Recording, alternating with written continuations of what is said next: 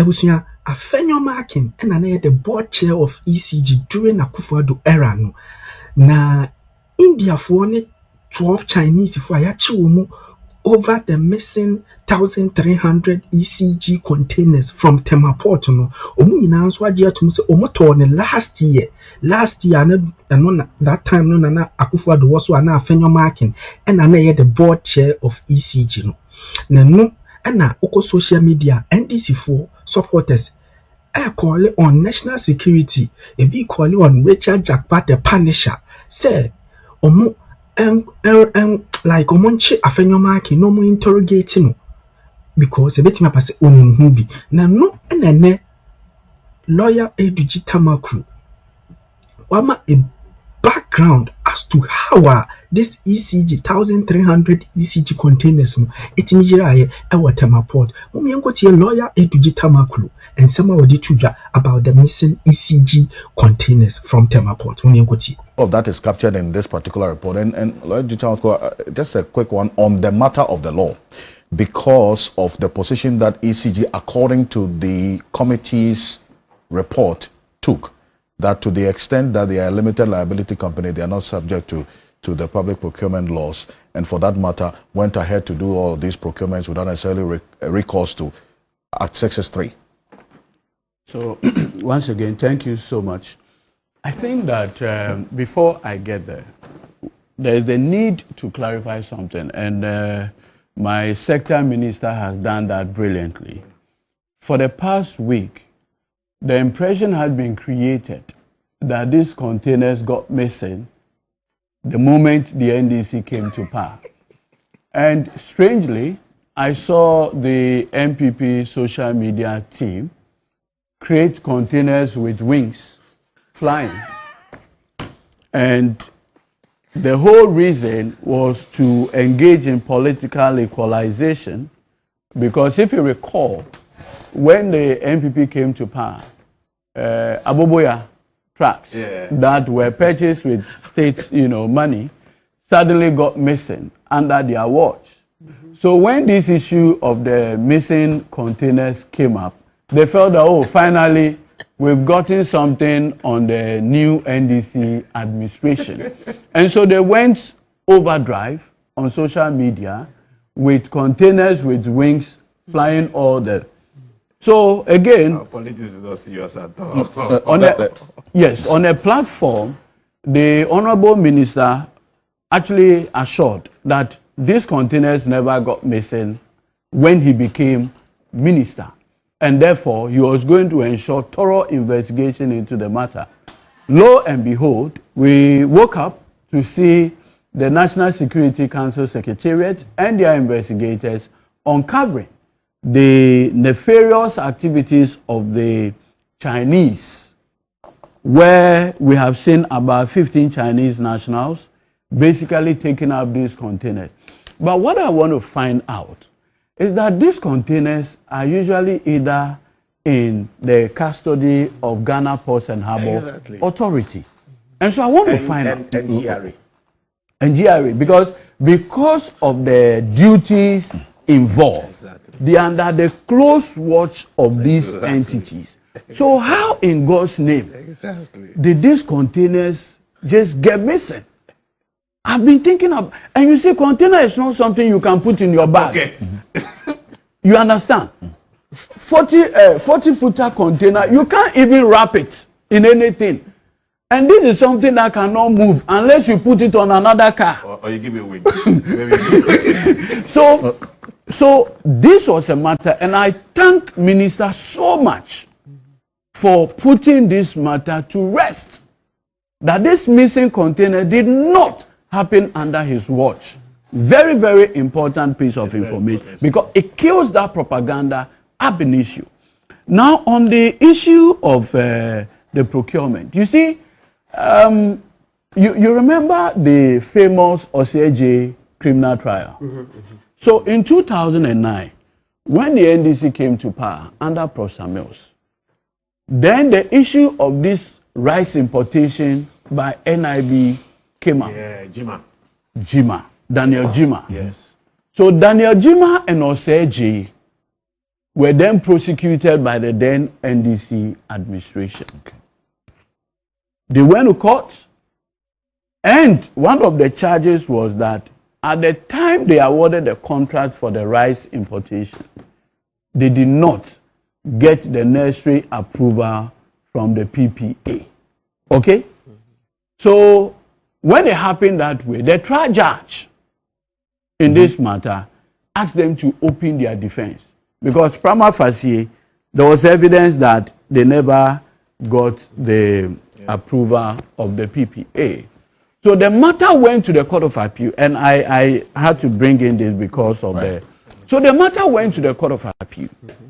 I think Quorum Justice Justice Apau, he wrote the lead judgment. And in the lead judgment of His Lordship Justice Yao Apau, he said, look, if you look at section 15 of the PPA Act, it provides scope of applicability.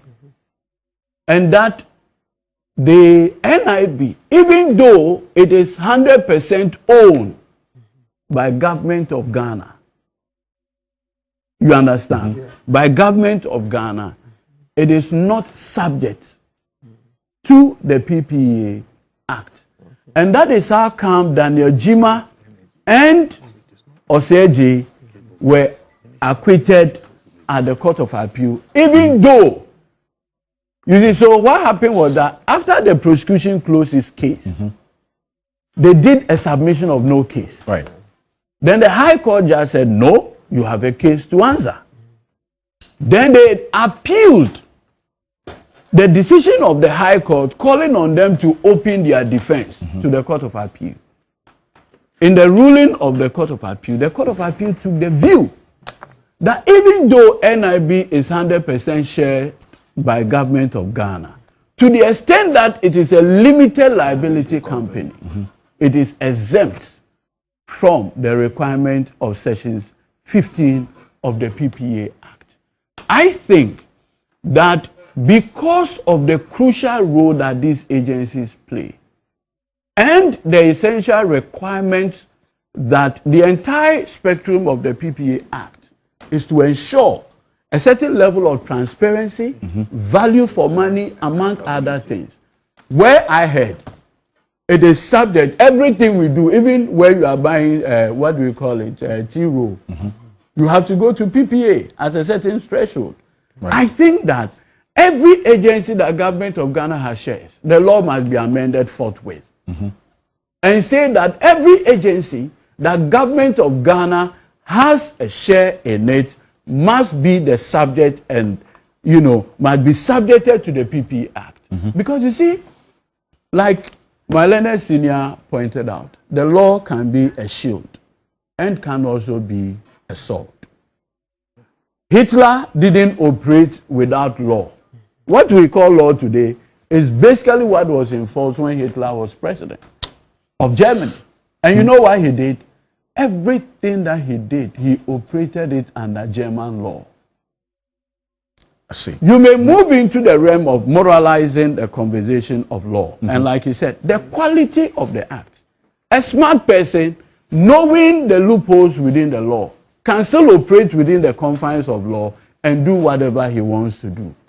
So I think that, like my sector minister pointed out, he has a unique opportunity now to put the activities, especially the procurement activity, because the things I'm seeing in the report, quite look serious. So I strongly believe that, you know, like we always say, it takes an incident to make law. It takes an incident to make a law. So, and unfortunately, usually the law catches up. The law catches up. The act happens before the law comes in to correct subsequent conduct. So I strongly believe that my minister has a glorious opportunity now to put the activities of ECG strictly under the confines of the public procurement. And I say this because of this. Look at the role ECG plays. All we do, today we owe Tallow. Today we owe Gridco. Today we owe almost everybody IPPs. Why? Because all their work end up with what? ECG. All of them, they will give you gas. You use the gas to generate the power. You sell it to ECG as the off-taker. ECG now sells. It's not able to get the adequate money. You are not able to pay all these people within the value chain. And we come back to square one. And so if the issues coming up have procurement implication, I think that we have a glorious opportunity now to put the activities off. And like I always say, the law should not leave any ambiguity. Right. No, right? Also, that's so off. No, no ifs, no buts. Strictly put it. And it's a simple question. Thankfully, the ministry that is in charge of Procurement Act is the finance minister. So one of the things that I recommend to Minister to is I'm in my place, MPA. I can't do anything. Okay. If I don't go to PPA. And I always tell my colleagues, CEOs, that look, go to PPA for approval. It is your insurance for tomorrow.